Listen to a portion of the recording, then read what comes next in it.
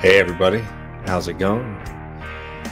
David Griscom here, coming to you live for another Griscom stream from the beautiful Austin, Texas. Hope you are good wherever you are. Really looking forward to this one. Excited though, taking next week off, but we got plenty coming for y'all.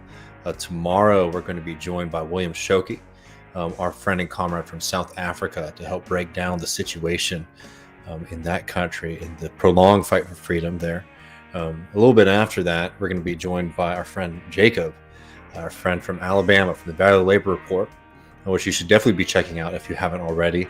He's going to give us an update on the Warrior Met coal fight as these workers are continuing to fight for dignity against not only their employers and BlackRock, but now also the state itself. So really looking forward to that conversation. Plus, there's going to be another, and what I think we're going to start doing as an ongoing series, kind of explainer about the history, political economy, and opportunities within Alabama. If you missed it last week, we had Paul Bowers on, who was a really phenomenal guest, and he broke down basically the history, political economy of South Carolina, some really exciting opportunities that are happening there, along with Nikki Haley's sad war against socialism. Not to do too much promotion, but I do gotta say, people should go and try to watch those videos. I messed up releasing them, and basically the way I did it, I think that people didn't get an alert to see it in their people who subscribe. So I think some people might have missed that South Carolina video. It's really good, both the in-depth conversation about Nikki Haley and what she sort of represents within the Republican Party, alongside with that deep dive into South Carolina. So I definitely hope people check that out. But again, for people who are new, these are more casual, so I take questions from the chat. See, we already got some good folks in here. Some good opinions. Nicholas says P. Terry's is better than In-N-Out. I have to agree with that. I will say I've never had In-N-Out in California, but P. Terry's here in Austin is way better than In-N-Out, at least in my experience. And also one more thing to promote before we get into everything. Next Wednesday, so we won't be doing a full show, but instead we have an interview that Matt and I just clocked in earlier today with Lillian Chicheria, who is a phenomenal philosopher, theorist, and writer, basically helping us break down the question about whether or not Marxism is economic determinism realized. I think it's going to be a really interesting talk. We talk about postmodernism, critical theory, a little bit of everyone's favorite doofus, James Lindsay, at the end. So definitely look out for that next Wednesday. But let's see what's going on. I want to read some stuff from the chat. We're going to be talking a little bit about this piece by Freddie deBoer, who's somebody whose work I usually really like, but I have a lot of issues with this piece that was in the New York Times. If people had a chance to read it, I think it was a little unfortunate. But before we get there, let's see what we got in the chat. Wicked Blues, is this homegrown? No, our music is all done by one of Matt's good friends, Christoph Brun. Definitely check out their work. They do all sorts of different kind of guitar and different styles of music, but they did all the music for us on Left Reckoning. Other than that, when we first started, people remember we had that kind of cowboy intro. I bought that somewhere else. I think that was just sort of like public domain music. But yeah, he's a phenomenal artist. Tom from Yakubia, how's it going? It's always good to hear from you. He says, any adjunct work available at the University of Austin? I don't know, man. I wonder if they'll let me talk about Palestine there at the Free Speech University. Just on that, I'm just going to say, which I've said from the very beginning, it's not going to happen. Like, it really is just not going to happen. There'll be a grift. There'll be some Zoom call classes. They'll have a bunch of weirdos showing up here and there. But if people missed it, Steven Pinker, good friend of Jeffrey Epstein, resigned from the University of Austin yesterday and said he will not be talking about it further publicly. So, and along with, I think, someone else who was administrative staff at the University of Chicago. So I'm sorry. I mean, I think some people realize that doing a university grift is a lot more time consuming than starting a Substack. So again, I think there'll be some stuff with it, but I don't think, and thank God for me, that many of those people are actually going to be coming to Austin. Oh, and well, you're reminding me, man. You shouldn't have to chat in there, but Kowalski, I appreciate the chat. People should definitely check out Prey Fire. And how could I forget? We had Kowalski on last week for the bonus episode, giving us our farm report. So definitely check that out. And he wants to know what my shirt size is. You can tell I'm a large to extra large. So whenever you got in stock, I'm looking forward to being able to rep the Kowalski farm shirt very soon. Yeah, we'll see. Well, Taylor, I don't know how to help you with that kind of stuff on YouTube things. The thing with me is I made something live early, so it went out real quick. Well, thanks, Joshua, for the super chat too. He says, thanks for all the wonderful content. I really appreciate that. We're coming up on 50 episodes too, so people, please feel free to reach out and please reach out and let us know if there's some things that you want to be seeing soon. Yeah, thank you, Kowalski. I'm looking forward to being able to rep it. All right, well, sweet. Well, before we get into all of the this New York Times piece, I want to give people a reminder. Something. It's one of those things that's like it's old news a bit that it can feel a little bad to continue rubbing this in, but you know, I remember before even 2020 when Tulsi, sort of bizarrely decided that she was going to run against Bernie, us, especially Michael, and frankly, even before I knew Michael, feeling like there was a lot off with her and what her kind of politics sort of represented. I always say to people, and I don't mean this in a kind of dogmatic way, but I always do get nervous about some of the folks who swim in left progressive waters who aren't socialist. It's not kind of say like, if you don't believe the same exact things as me, we can't get along. But I always sort of wonder what people's motivations are. And, for her, she sort of got a lot of national notoriety out of sort of swimming with Bernie for a bit. And I was always sort of confused by people who sort of found her to be a second coming or in the same tradition as a Bernie Sanders. I just wanted to share this video from her recently on our friend Sean Hannity, talking about Joe Biden's Build Back Better plan, which again is we'll talk about it. So let's watch this video real quick.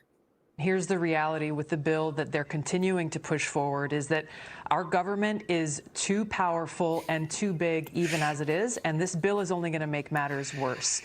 The provisions in the bill are so vague that really it's going to be unelected bureaucrats who end up deciding how these provisions are implemented, and no accountability. And really it'll empower them to be able to stick their noses into every aspect of our lives, furthering this cradle to grave mentality of government dependence that makes us lose even more of our autonomy as we are paying for it. As government gets bigger, our wallets are getting smaller. I mean, watch that and tell me that she's nothing other than a typical Republican. I mean, there's not even any kind of a flourish there, because there's plenty to criticize Biden for his plan. The fact that it's extremely inadequate when it comes to dealing with climate change, the fact that so much money was left on the table. But if you're going to sit here and say that the problem with Build Back Better plan is small government, or big government versus small government, and this kind of song and dance about the budget getting too big, boy, oh boy. I mean, I'm happy, I think, on some level that she has fully exposed herself for what her politics are and what she represents. But man, I wish it was going to happen 3 years ago when there were people who were insisting with every fiber of their being that we and Michael were just being unfair to Tulsi and, just being too dogmatic in our love for Bernie Sanders. She's always sort of represented this kind of fringe politics. It should remind people that just being anti-establishment, right, is no indication of the fact that they're going to stand with you in class war politics, right? Kristen Sinema is a great example of this as well.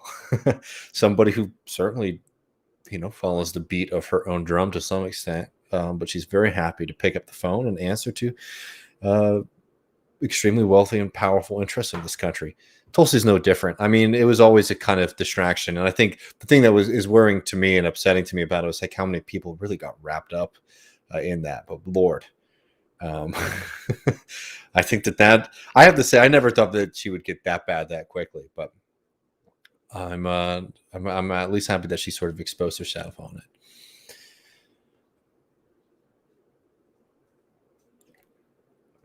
it. Let's see. Take some questions from the chat before we get going on this. I have a big sort of debunk of this deBoer piece.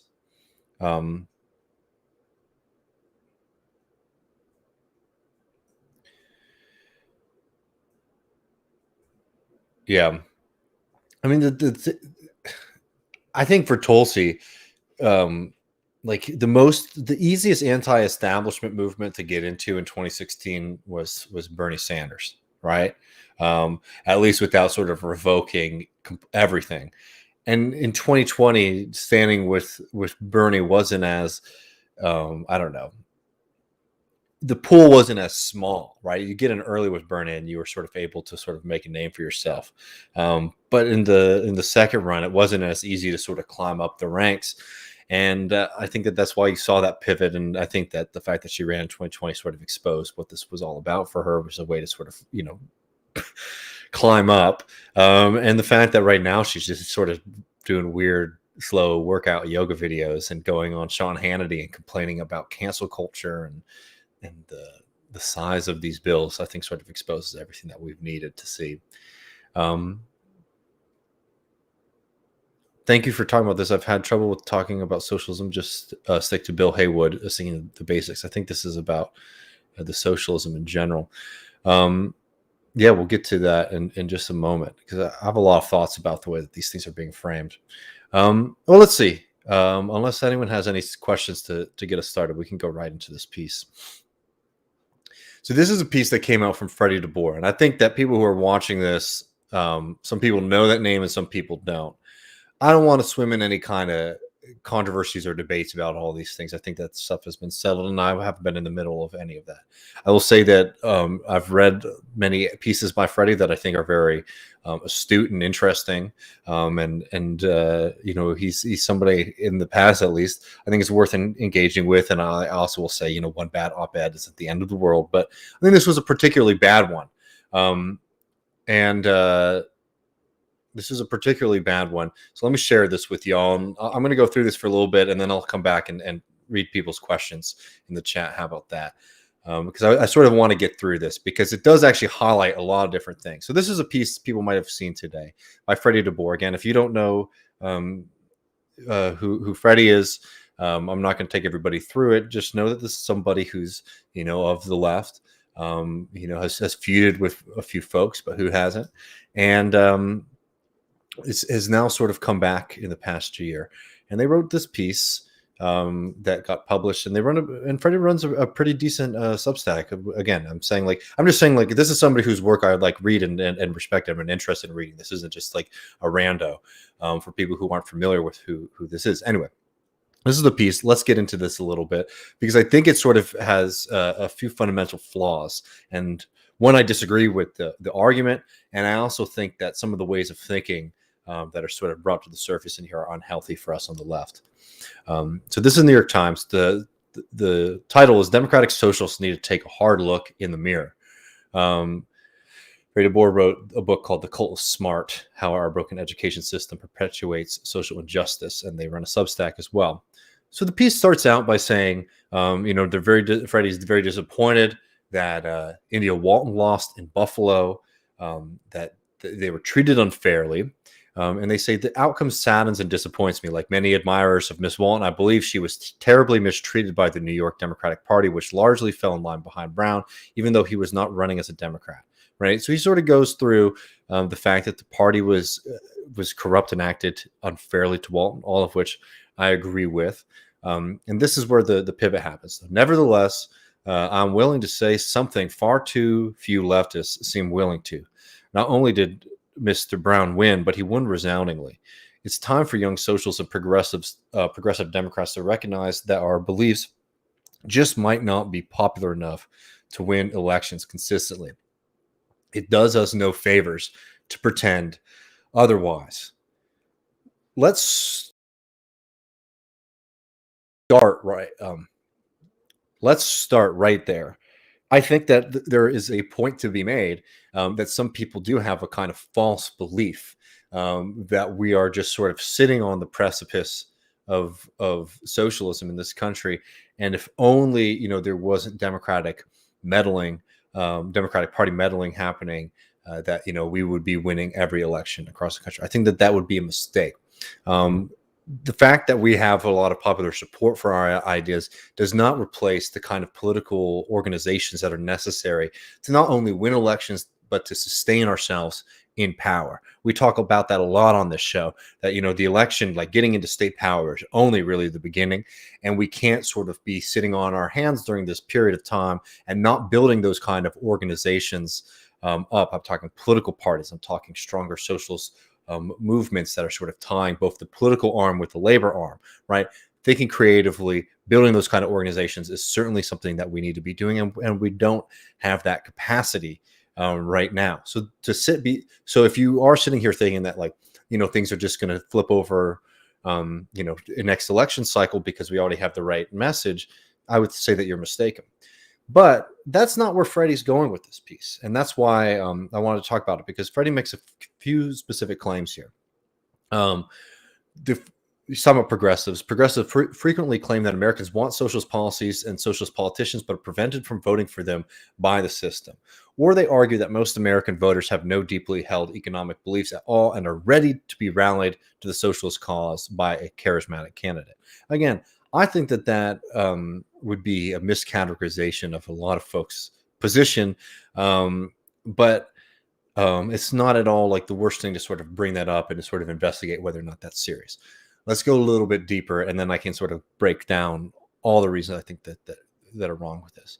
Talking again about Walton in particular, notes Sarah Jones said, should Democrats mount a cohesive critique of capitalism, they'll meet many Americans where they are. We're held back by the thinking frequently goes not by the popularity of our ideas, but by the forces of reaction marshaled against us. Again, sorry, I keep on doing that. I really disagree with this piece, and I might be being a little charitable here by the way that I'm going to interpret that phrase.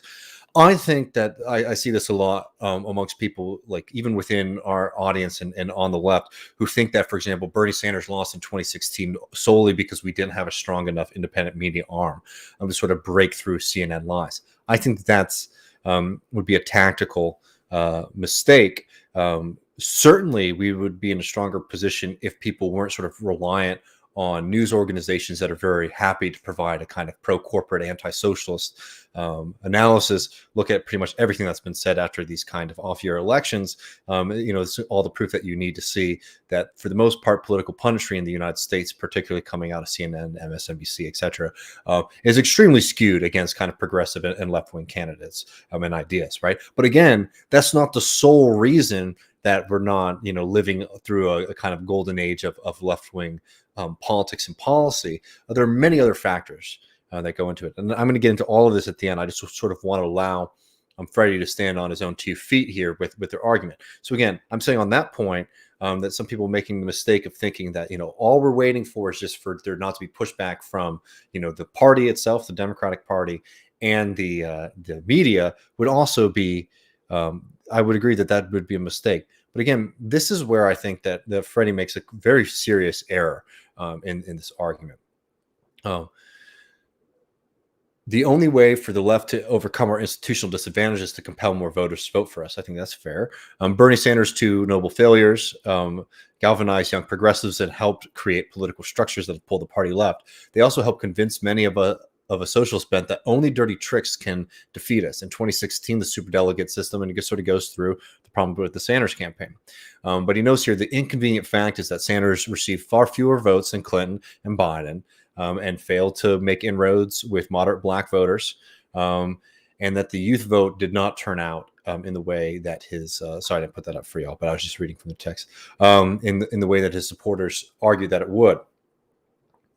Again, there are the reason the Freddie piece is sort of frustrating is because I think that there are some important pushbacks to be made to the way that a lot of people sort of are remembering recent history and some of the things that people are locating as like the biggest hurdles that we have for building socialist policy in the U.S.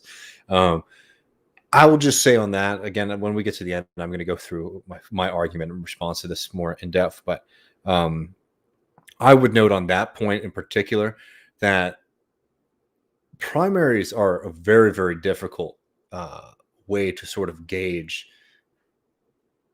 the will of American voters. What do I mean by that? Well, the Democratic Party primary in particular is a political contest that has a very, very controlled voting population. There's many states that restrict who's able to vote. There's many people who just aren't in the habit of voting in a Democratic Party presidential primary. People might follow it, but this isn't something that typically you get the kind of turnout that I think would sort of, you could say confidently, this is indicative of like what working class Americans want, right? I think we have to overcome that. And that, one most obvious example is by expanding the people who were participating in those kind of elections. But I also think that like when we make these kind of final analysis of like how strong are our policy proposals, et cetera, I think that sometimes looking too myopically at like, presidential primaries can be a little bit misleading because again, that's a very specific kind of person who's voting. And if you're a socialist, somebody who wants radical change, you can't be sort of thinking from, I don't know, a typical American political science playbook.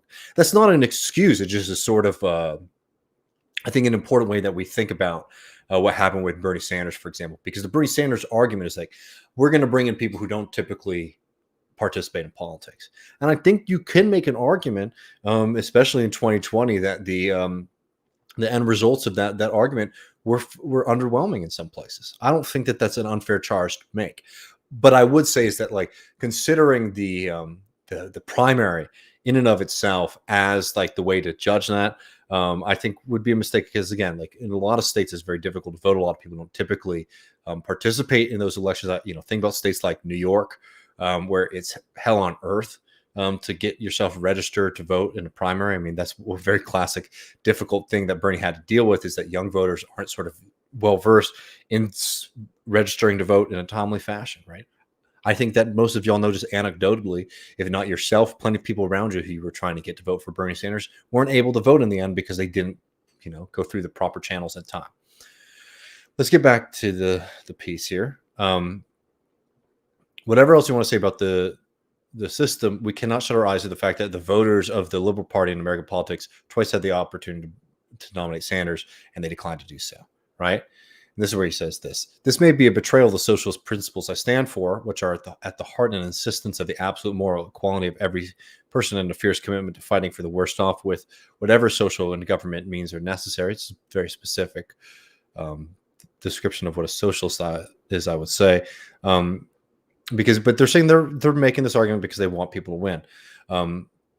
The idea that Americans quietly agree with our positions is dangerous because it leads us to the kind of complacency that has dogged Democrats since the emerging Democratic majority myth became mainstream. Socialists can take some heart in the public polling that shows Americans warming up to the abstract idea of socialism, but socialism is an abstraction. That means little without a winning candidate, and too much of this energy seems to stem from the echo chamber quality of social media, blah, blah, blah, right?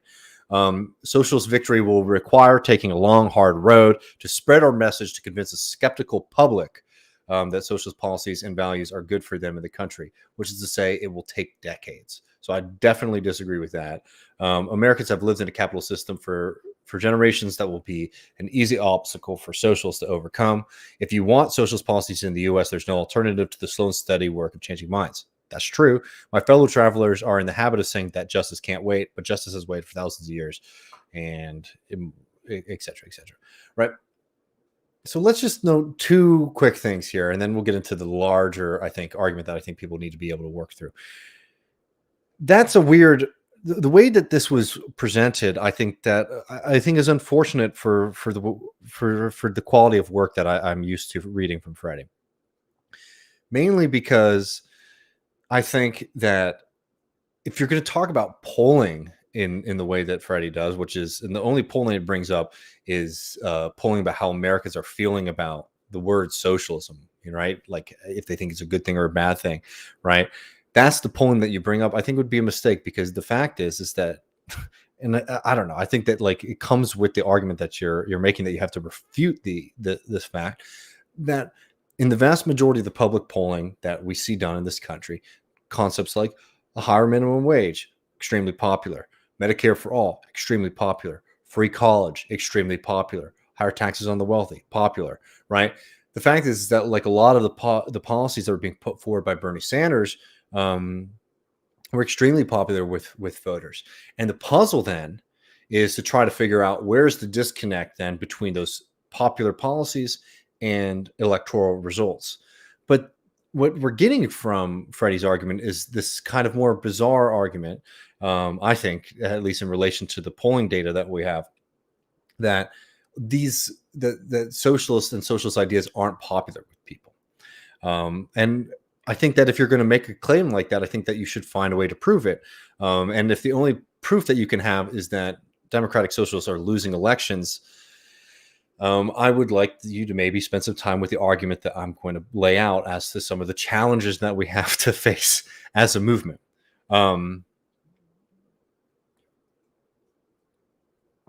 One, I think that looking at the off-year election and saying that this all in all was a defeat for the Democratic Socialist politics would be a mistake. Yes, Walton lost, but I think as people were starting to do the postmortems of that election, there were unfortunately some self-inflicted wounds that happened with that campaign. Two, I think taking on party machines like Brown's machine, for example, is going to take a lot more work then we can just do in an election cycle. You know, Brown comes out of a political movement that around 2 decades ago started organizing with the hope that they could have Black representation in Buffalo politics, specifically in the position of Buffalo mayor. And it took years to create that kind of structure. And now Brown sits on top of that structure. And as we saw, that structure is extremely effective at getting out people to vote when it thinks that it's threatened, right? You can make the argument that maybe the initial primary, they were caught on their back heels. For sure, you saw that machine show up big time, right? I think then less so looking at, policy and things like that, it shows a point that I'm making time and time again on this show, and other leftists are trying to make clear to folks that we have to go beyond just thinking about policy when it comes to politics, because policy alone does not get you elected. When it comes to popular policy and working class voters, specifically working class voters not voting for example, Bernie Sanders over Joe Biden, I think that there's a couple things to wrestle with. One, what I was just mentioning about, understanding how political machines work in getting people to show up to vote. Two, some of the kind of just fundamentally structural issues with trying to run anti-capitalist candidates in the party of capital. That's a Democratic Party. That's a contradiction that we have to take very seriously. I think some people take it more seriously than others, and I think that very fair to criticize that strategy. So when you're operating in that kind of that arena, you're going to have you're going to face unique hurdles.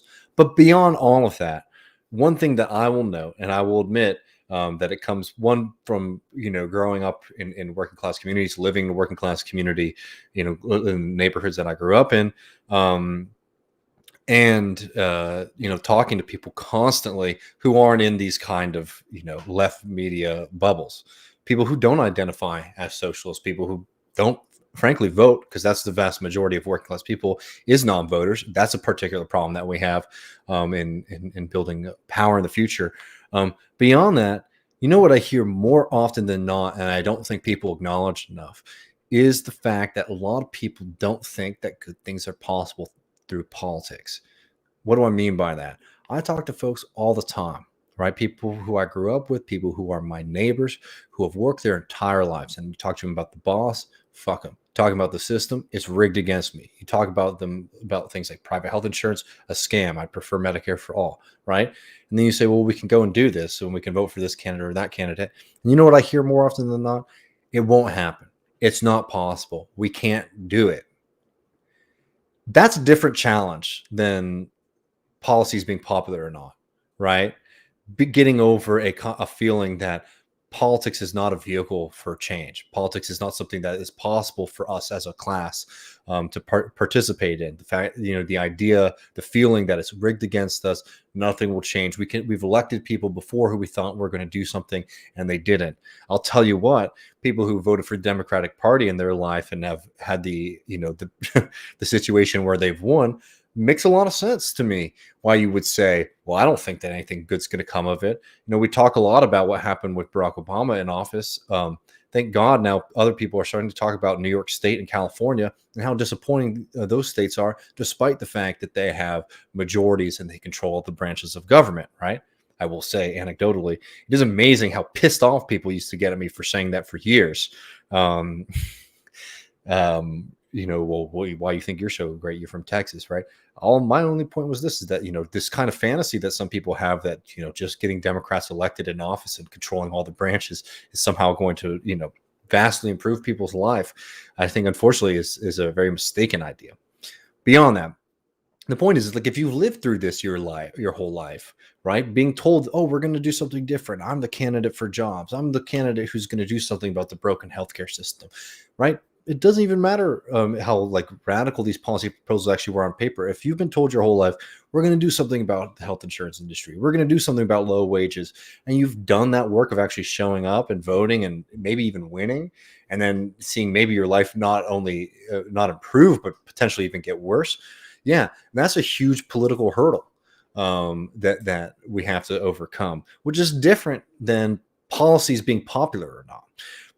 I think that's the thing that's is sort of frustrating to me about the argument from Freddie, is that the allegation that the policies might not be popular enough is I think a mistake, because there are a lot of criticisms and things I think that people need to sort of work through. I think that it is too easy to sit here and think that the only reason that we don't have political power is because the Democratic Party is corrupt or the media lies. That's a part of it, but those are, I think, rather than those actually being the central reason that we're not in power, you should see those as tools and weapons that our opponents or class opponents use to prevent us from gaining power. So again, I don't know. I thought that if anything, Freddie was going to focus on maybe some arguments about policing and crime. That when you do look at polling, some of these more radical slogans are not as popular as I think some people on the more radical socialist left would like to believe. Right? I thought that that's where the argument was going to come from, but it didn't. It was just sort of an argument that because socialists have lost elections, the policies aren't popular. So there's a lot in front of us for sure.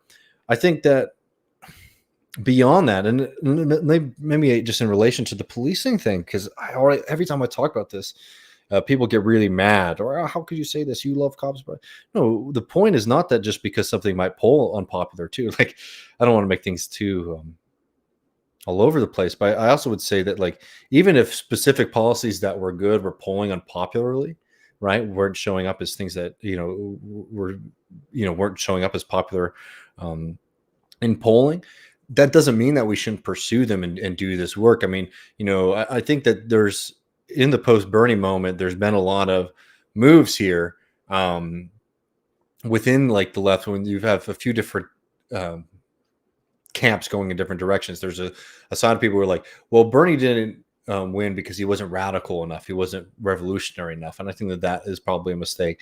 But then there's another group of people who call themselves socialists, but they'll say things like, well, what Bernie should have been doing is like basically doing, like, I don't know, some form of like social conservatism with light social democracy.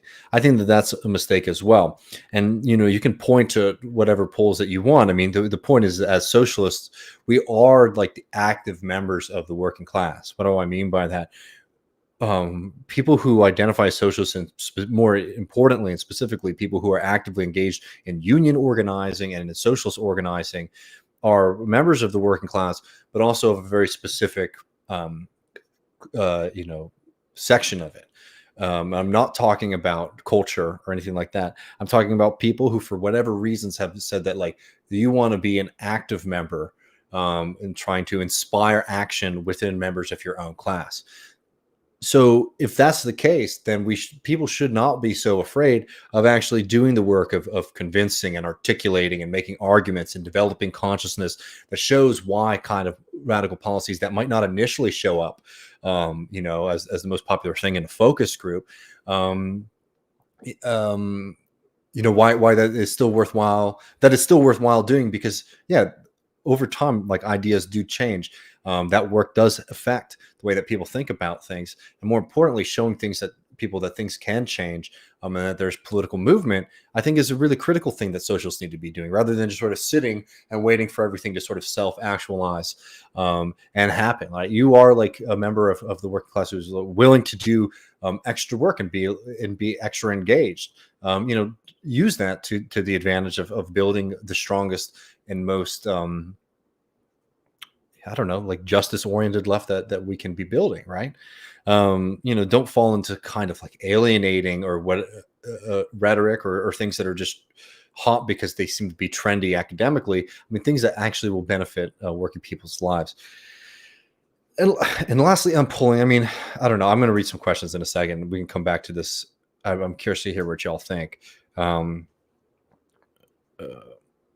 want to do more on this kind of stuff about popular polling in general. But I think that people need to be a little careful about it. So again, like, it's a funny to start with the Freddie piece, because I think that like it didn't actually engage enough with like an argument about saying like, oh, this is what the polling is saying, this is what the polling is not saying. So this is less about that specifically and more, I think, how should socialists sort of react to polling in general? One, what I was just saying, but like, I think that people shouldn't be afraid of pushing for things and finding ways to articulate things that might not initially be showing up as the most popular thing in whatever kind of recent snapshot the New York Times or whatever kind of polling agency is developing, right? And there's a whole problem with polling in general in this country. But I don't think that we should be timid about sort of advocating for things and changing the way that people are thinking about these things. But also just sort of following polling in whatever direction it comes and goes in. I mean, that's Clintonism. And that wasn't particularly like radical or a revolutionary moment. In fact, it was an extremely reactionary moment in American political history. And Clinton was the focus group president. I mean, everything that he did was carefully workshopped for him. I mean, people who weren't, I was a baby during that period of time, but he was really famous for that. That was sort of his political innovation in political science, was a kind of reliance on polling and focus groups. And I don't know, just thinking that in and of itself as like a good and like that's what we should be doing to engage in politics, I think is also a mistake, right? We should be able to engage with things and especially engage in moments where it's like, okay, well, it looks like some of the things that we want to run on aren't particularly popular. What's the way to, to work around that? What's the way to change that dynamic? I think is worthwhile doing, but just sort of following them wherever they go, I think is a huge tactical mistake.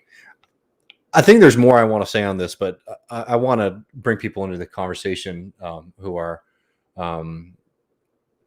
who have been chatting. I appreciate your patience, but I just had to get all that out at the top. So in the Twitch chat, Chris Apiak, who's a first-time chatter, welcome, says the structured dates of presidential primaries is something that's just bonkers too. You take something that pretends to take everyone into account, but in reality it's broken down by party date and who's still left in the field, adding the finger on the scale that the DNC wields, and it becomes something that is quite hard to fight against. Yeah, I mean, just like anecdotally on that, like I don't think I ever, I might be misremembering, but I don't think I ever got to vote for Bernie when it was competitive, right? It was already sort of settled every time I voted for him. So like, that's a waste too. No doubt about the kind of problem with the structure of the presidential party. The left needs to stop hitching itself to a weak political party. I think that's very true. I think that one of the most dangerous things that I see sometimes in reading folks talk about Democratic, what does the loss of Democratic Party candidates mean for the socialists? I think that's a very dangerous kind of political formation, to be in, because the job of a socialist movement in the United States cannot be reviving the Democratic party. I am wholeheartedly of the belief that it's very fine to use the ballot line tactically to our benefit. But boy, if that's how we're reading elections, the strength of the Democratic Party being a reflection of our strength, I think that is a mistake.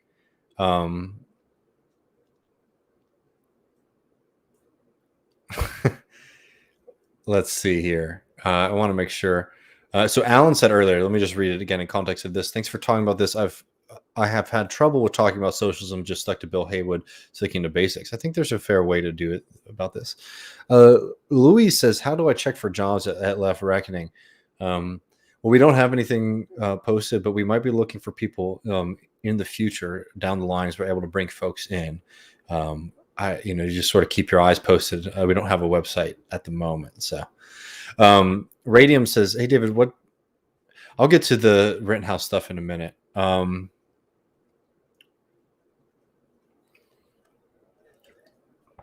In the Twitch chat, also SV Hargan says the left needs to be able to reclaim empathy from the fake empathy libs.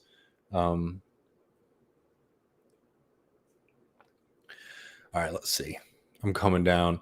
N. Stark says, thanks for everything. Griscom moved to New York. I don't think I will, but I appreciate the super chat for sure. I'm pretty settled down here in Texas.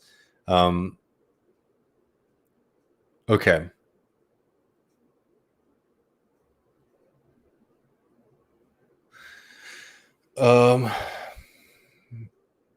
This reminds me so much of the Krugman-Wolf debate in Democracy Now! A few years back. Krugman doesn't want to call it socialism so more people can be drawn in, but Krugman isn't a socialist either. His kind of fixation in that debate, it was really limp. I mean, I have to say, it was really disappointing. This kind of, I don't know, I'm sorry. I know people were saying this in the chat, and I understand where impulse comes from, but this kind of idea that we're going to call it a different name. We're going to call it, the Patriot Party or the People's Populist Party or something like that, being the cheat code that's going to get us into power, I think is also a mistake. The reason that we don't have political power is because working people have been pushed out of politics for decades. We don't have organizations that can sort of structure collective action. And that means both working as a collective, in things like, potentially general strikes, etc. But also as a political voting bloc that has been demolished in this country. We have to rebuild that. And then a lot of people don't think that politics is an avenue for political change. And then, we can get into the kind of very specific, impediments that we have is ballot access is really hard in this country, money in politics, media, all these other things. Finding ways to rhetorically present these arguments, I think, is very important. But it's not as important as getting people who think a certain way to mobilize. A lot of people we're still talking about how to think about things and how to talk about things and how to present things. And again, I don't think that's unimportant. I mean, that's what the media, the left wing of media is supposed to be doing. But I think that sometimes people get themselves into a trap to thinking that if we just had the right branding strategy, we'd be in power. I'm telling you right now that unfortunately that's not the case. If only it were that easy.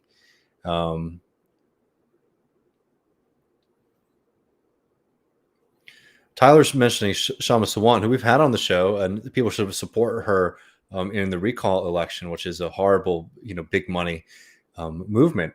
I have to say specifically on Shama Sawant, you have to remember the context there is it's ballot access. When you don't have partisan elections, it makes it easier for us to sort of break through those kind of things. That's not, that's what the case is in Seattle, but that's not the case in other places, right? So it's not a 1-for-1. I think it's worthwhile to sort of recognize those kind of specific conditions.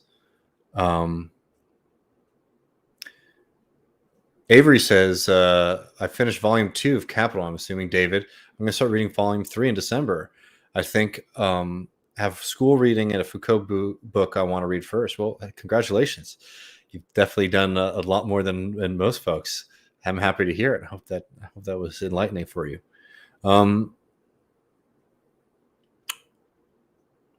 Okay, Sanders. Here's a good point from Tyler too. So Sanders in the best possible scenario, if he would have been Corbyned. He would be harder to have been Corbyned if he was backed by a deep-rooted movement. I think what you mean by that is like the party would have tried to undermine him, and which they were already willing to do in the first place.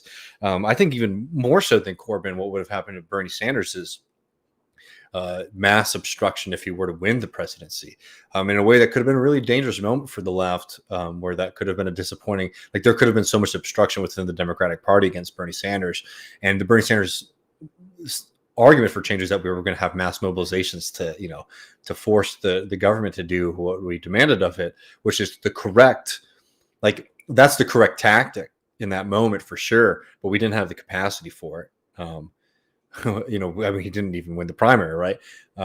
So that was, I think that moment sort of exposed that, as you were saying at the end, is that you have to have a deep rooted movement. I like the framing being class rooted versus class focused, and we have to be building those kind of roots. That's what I mean organizationally, that we started having to be able to build, and that's the real puzzle and challenge that we have on the left.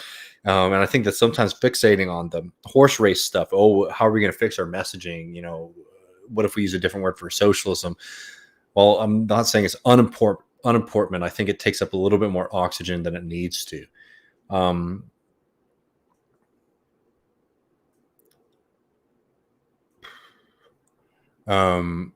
Yeah, here's a point too, going back to the primary argument. This from Twitch, Quadamalama. I apologize if I misread that. 2018 California votes last, contest already over. 2020 California finally matters. I vote elsewhere because rising rent forced me out again. Too late for it to matter. Yeah, nothing. And this is from Questpiak. Nothing disenfranchises people like the inability to engage with the system. Yeah, I think that's really on point. All right, let's get to the bottom here. I'm going to skip down. We have a lot of stuff. I'm reading these chats live now. We were backed up a little bit. Avery says on Reading Capital, oh, it's super was volume 1 is better than 2, but 2 is fascinating about markets and commodity circulation. Happy to have spent the extra time with text, and I'll read them again. Phenomenal. David, do you think joining your local this is from the YouTube chat. David, do you think joining your do you think joining the local DSA is the best way to get involved in local projects, or do you have any other recommendations from a leftist perspective? I mean, I think that joining the DSA is definitely a good move. I'd be curious where you're at, because chapters are very different from place to place for sure. But yeah, I think the DSA, the DSA is not a perfect organization, but it's an open space. And what I mean by that, like the political possibilities are open to movements and to debate, and it's moving and it's growing. It hasn't like ossified, and there's still energy within it. So I think that that's a good place to expend your energy. There are other organizations that have successful movements. I always say, PSL everywhere I've ever lived. I very much disagree with a lot of the PSL lines theoretically. But when it comes to showing up in communities and doing real work, I have to say that I've always been impressed by that organization. I would still suggest joining an organization like the DSA, but there are other organizations out there that are doing work. I think that the DSA has the best chance for being a vehicle for building something, but it's open. The possibilities are sort of open to us, to sort of write and create. Anna says, David has learned to tune out mine and Billy's posts, as we are usually just arguing with each other. I usually check them. I always love hearing from you if you have a question. Are you familiar with David? Zach says, are you familiar with David Graeber and his work? And if so, what are your general thoughts? Have you heard about his new book with David Wengrow, The Dawn of Everything? I've heard of it. I haven't read it yet.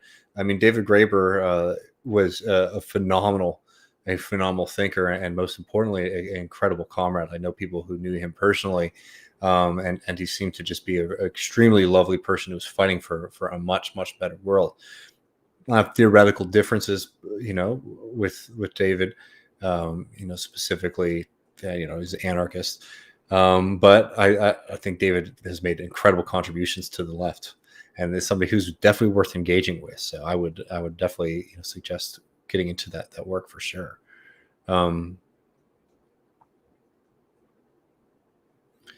This is on Twitch.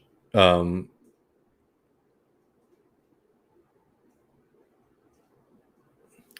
Griscom, to rephrase a question from last week, what ideas do you think we should inject into workshop politics to help form a broader working class solidarity, something like Medicare for all? I think that, like, on top of healthcare, housing is a place that there's a lot of opportunities in, because like, that's something that affects so many people. More and more Americans are becoming renters, and rent is becoming more and more unaffordable, not only to people sort of at, like, the lower end of the income spectrum, but even kind of high wage earners are struggling to meet the demands of renting and staying in their communities. I think that that has a lot of um, cross industry potential, to build movements around it in the same way that Medicare for all did. Also cross regional, and goes across the entire country. There's very few places I hear people saying the rent is so cheap here. Even places that might be significantly cheaper than, like, a New York or a Los Angeles, for example, people are still saying, like, well, what used to get me by 10 years ago would not be able to get me a place today, right? I think that has a lot of opportunity if you're looking for something different from Medicare for all. Hell yeah, we need more critiques. MDR sent us a super chat, which we really appreciate. Said, hell yeah, we need more critiques like this. I hope this becomes a regular segment and bring back the bum steer. Well, thank you. Yeah, we try to do the bum steer. We just sometimes forget to. Usually, when we're shitting on someone, we intended it to be the the bum steer on the show. In the Twitch, someone says, at my workplace, they have a whiteboard in the break room, and they ask the question, what books do you recommend all the time? And I wrote Bullshit Jobs by David Graeber. That's nice. Cravitron says, my city, Sacramento, just figured out the worker shortage, and it's not paying workers a living wage. It's having people at restaurants order and check out via QR code. Yeah, I mean, automation is a great way to sort of get around the labor problem, ain't it? And frankly, I hate to be prissy about this, but the QR stuff is such a pain in the ass in the first place, to deal with. It's not something that makes life easier for customers. Even it's something that makes it cheaper for bosses. And I think that so goes a lot of technological advances under capitalism.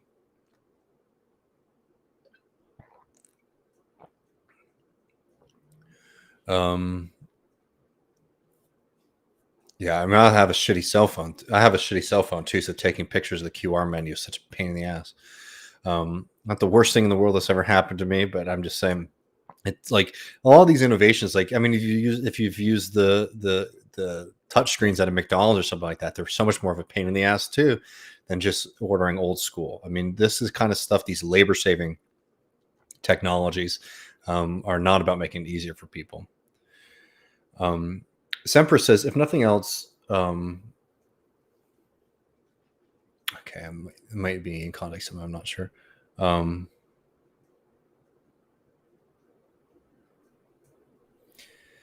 Nothing wrong with anarchists. No, I have a lot of friends who are anarchists, good comrades who are anarchists. Anarchists and Marxists don't have to disagree on short-term action or long-term vision per se.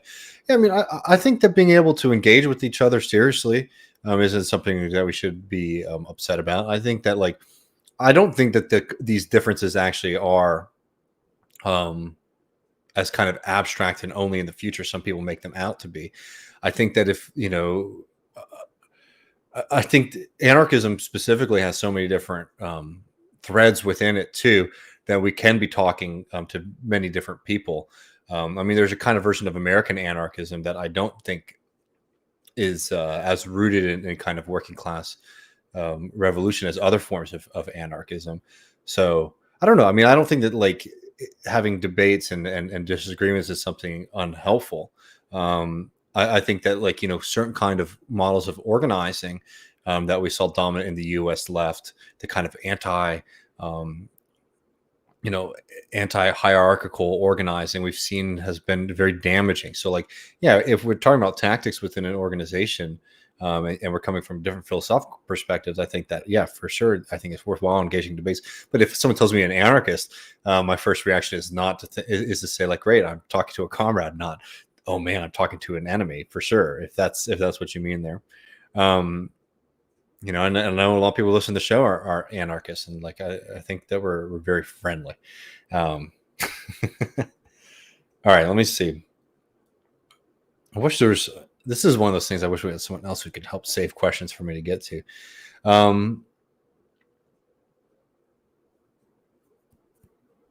right.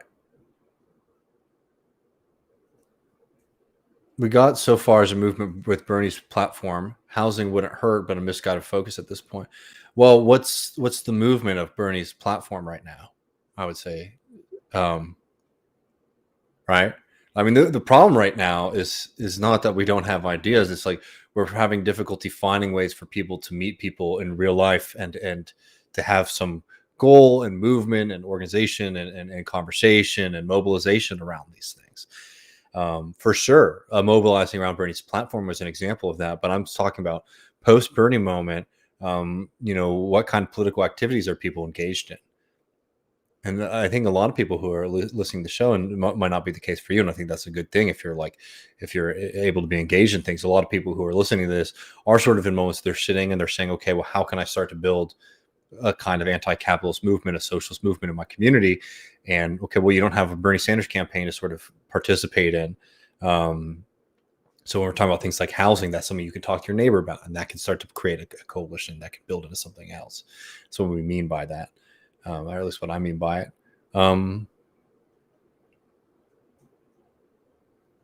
Where did this go? Our friend Alas Poryark says Engels' birthday is in a couple of weeks. Been diving back and to celebrate. Engagement with Engels is a great way to avoid these kind of dead ends. Love you. I appreciate it. Maybe Matt and I will do an Engels episode. That'd be a lot of fun. I think that just doing more Engels stuff would be definitely a good move.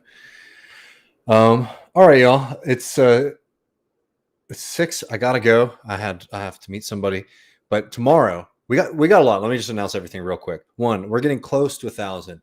I want to get Matt Leck's ass down here to Austin, Texas. The plan is once we hit 1,000, he'll get here. We're getting pretty close. It'd be wonderful if we could get to 1,000. If anything, before we hit our 1-year anniversary, which is coming up in just a few short weeks. Beyond that, though, tomorrow we got a full episode. I think we're going to talk a bit about debunking the kind of right-wing myths about inflation and talking about it differently than the way that a lot of liberals are talking about it. What's the socialist kind of conception of inflation? Is it a problem that I'm going right now? We'll talk about that a little bit. We're going to be joined by William Shoki, who is a great comrade from South Africa, who's going to be helping us break down what's going on in the country. And also, I think, hopefully being able to provide some really interesting insights into how we do politics here. Every time we've talked to William, it's been a little while. It's been too long. It's been really insightful. We've had him through this project, and also we interviewed him a few times on TMBS as well. So we're really excited to have him on. We're also going to be joined by Jacob from the Valley Labor Report to talk about Alabama, the continuation of this strike at Warrior Met Coal, how they're coming up against not only BlackRock, but now the legal system is really coming at their First Amendment rights. Talk about that, ways that people can support it, and then a little bit on Alabama as the history, politics, the political economy of the state. I'm really looking forward to that. Again, highly suggest people check out our conversation with Paul Bowers on South Carolina and Nikki Haley. Something happened with YouTube when I released it, so I think a lot of people missed it. I was really happy to talk about those subjects, so definitely check those out. And next week we're going to be joined by Lillian Tchurchia to talk about whether or not Marxism is economic determinism realized. Going to be a lot of fun stuff. So be sure to join us for that. Also, Matt and I are going to be doing a text reading, releasing that for patrons on Sunday. We haven't decided which one yet, but it will be a lot of fun. But wonderful, y'all. I always appreciate hanging out with you. And always feel free to, reach out to us, via Twitter, through our show email, leftreckoning@gmail, with any kind of topic suggestions, ideas, concepts, things like that. We're always happy to hear from y'all. But all right, y'all, I will talk to y'all very, very soon.